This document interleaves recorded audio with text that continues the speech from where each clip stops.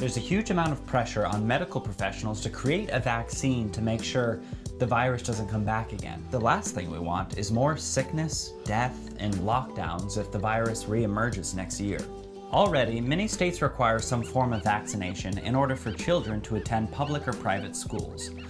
Based on the amount of coercive orders we've already seen from the governors dealing with the coronavirus, it's reasonable to expect that there will be pressure to make vaccination mandatory when and if it is developed.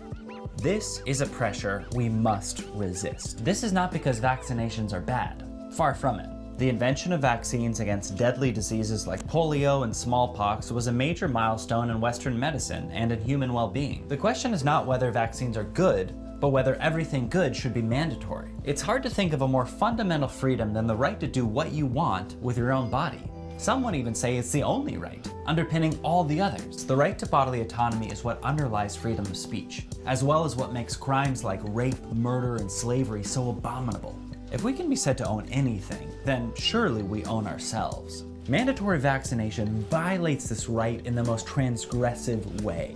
If the government can stick us with needles and inject us with drugs against our will, then is there anything it can't do? If the government can seize our children and demand they be medicated, are they really our children to begin with? There's a growing movement in America demanding that patients have the right to medicate themselves, to choose their own treatments and choose their own doctors. The FDA largely permits alternative medicine because patients should be permitted to seek help wherever they find it.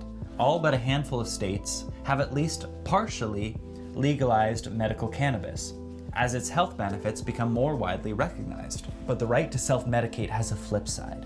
If we have the right to take medicine and put medicine into our bodies when we are sick, then we also have the right to not take that medicine when we're well. This is especially true of a brand new vaccine or medicine that is poorly understood. The political pressure to release a COVID-19 vaccine will mean limited testing. And while anyone who wants the vaccine should certainly be able to take it, it's wrong to force an untested product on the unwilling. After all, there is a precedent for medical experts getting things wrong. At the beginning of the 20th century, radium was promoted as a health-producing tonic and cure-all. It was added to everything from makeup to toothpaste. It was only after Americans started to suffer painful deaths from radiation poisoning that science began to realize its mistake.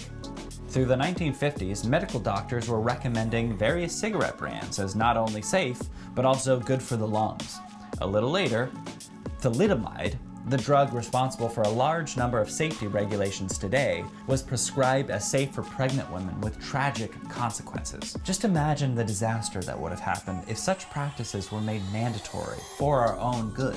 Safety is never a guarantee, and even the experts get things wrong. It's a dangerous world, but if we want to live in it, we have to be free to make our own decisions about the risk. When government takes those choices away, it robs us of our most basic right to pursue happiness. Government can't eradicate disease, and it can't legislate death out of existence. What it can do is take a step back and nurture a free society in which life is actually worth living, even if it doesn't last forever.